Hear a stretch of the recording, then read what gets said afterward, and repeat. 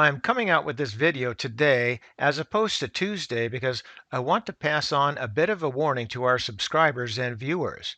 This week may be volatile. I simply want you to all be prepared because the volatility has consequences.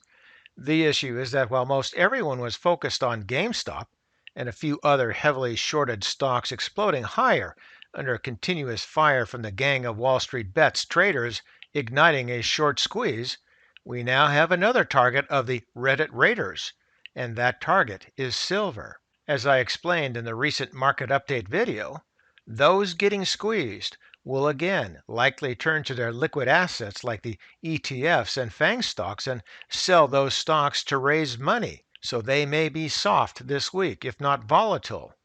So let's take a look.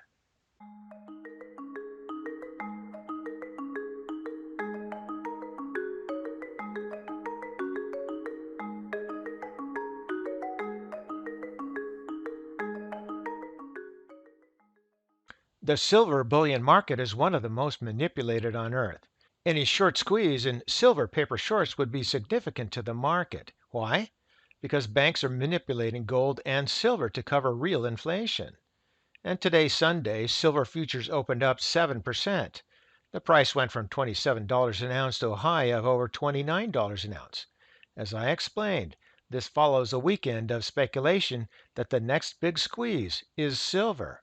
Whether or not this is true may no longer matter because there is likely no physical silver to be purchased. And right now, spot silver is back to its highest level since the August-September cycle highs. This could cause problems for the market. However, as I speak, the stock futures don't seem to be phased, but you need to be prepared.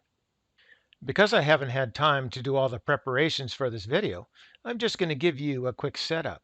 The chart you're looking at is the historical chart of the price of gold to silver. The current gold to silver ratio is about 64 to 1. This means the price of gold per ounce is about 64 times the price of silver per ounce. However, naturally occurring silver is only about 18 to 19 times as common as gold, so the ratio of 64 to 1 is way too high. And until the early 20th century, silver prices were pegged at a 15 to 1 ratio to gold. But most importantly, in terms of current production, the ratio is even lower at 8 to 1. This means that the world is only producing about 8 ounces of silver for each ounce of gold produced. That should mean either the price of gold should come down or the price of silver should go up. But of course, we have manipulation.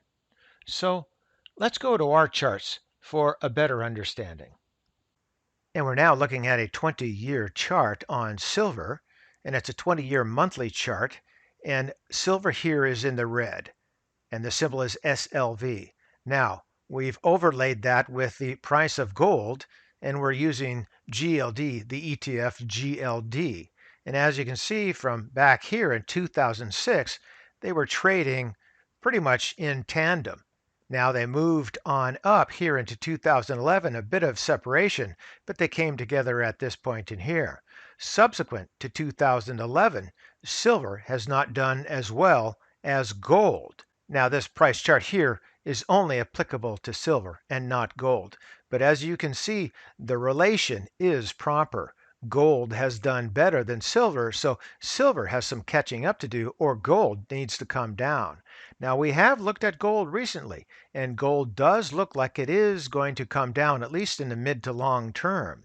However, in the short term, it does look like silver should be on its way up. So let's take a look at the oscillators. Moving down here, volume, you can see the pick up here throughout the year. Down into the MAC though, you can see that the bottom here in 2014, we had another basing and consolidation through this period with the fast line moving up and the slow line also moving up above zero, and it looks like they're accelerating. Moving down here into the histogram, you can see that, as well into the price rate of change.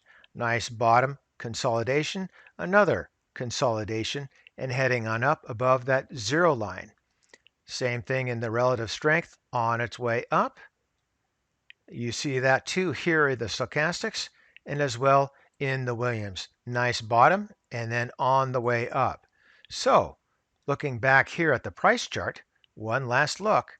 Again, either gold needs to come down or silver needs to head up. I think silver is heading up, but be careful. Don't chase these. If you have silver, continue to hold. If you're interested in getting into silver, just be careful. As I said, there is lots of manipulation. And for today, that's ChewDog Charts. Thank you.